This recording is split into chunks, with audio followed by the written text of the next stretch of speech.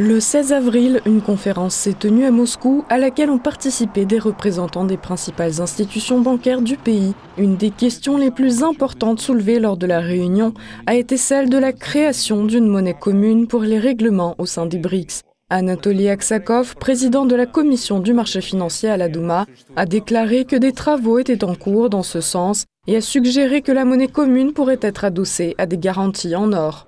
Nous travaillons sur la possibilité d'utiliser une monnaie commune pour nos échanges. Le système de paiement des banques pourrait servir à cette fin. L'étalon or pourrait être utilisé pour cette monnaie. Il pourrait s'agir d'une monnaie adossée à l'or des BRICS, ce qui a déjà stimulé certains projets qui semblent assez intéressants. Au cours de la conférence, la question de la possibilité que les banques russes se reconnectent au système international SWIFT, dont la plupart d'entre elles ont été déconnectées dans le cadre des sanctions de 2022, a également été soulevée.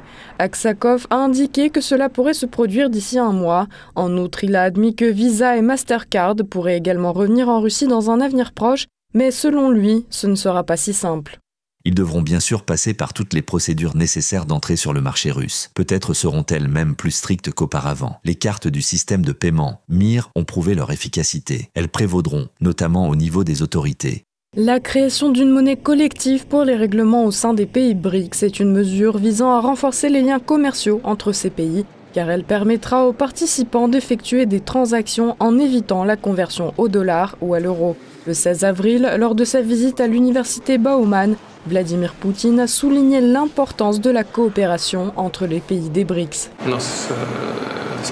La Russie a de grands projets intéressants et ambitieux avec la République populaire de Chine, de même qu'avec les pays des BRICS en général, avec l'Inde, avec l'Afrique du Sud, avec le Brésil. Cette coopération ne s'arrête pas et ne peut pas s'arrêter, car de nombreux pays y sont intéressés, d'autant plus que nous avons été et restons un leader dans de nombreux domaines.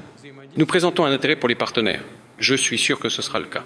Dans le même temps, la création d'une monnaie collective réduirait aussi considérablement la dépendance vis-à-vis du dollar américain, un scénario qui ne devrait pas plaire à l'administration américaine. En février, alors que l'on parlait de la création d'une monnaie commune des BRICS, Trump a déclaré que si cela se produisait, il imposerait des droits de douane de 100% aux pays du bloc. Rappelons que les BRICS comprennent actuellement 10 pays, la Russie, le Brésil, l'Inde, la Chine, l'Afrique du Sud, les Émirats arabes unis, l'Iran, l'Éthiopie, l'Égypte et l'Indonésie.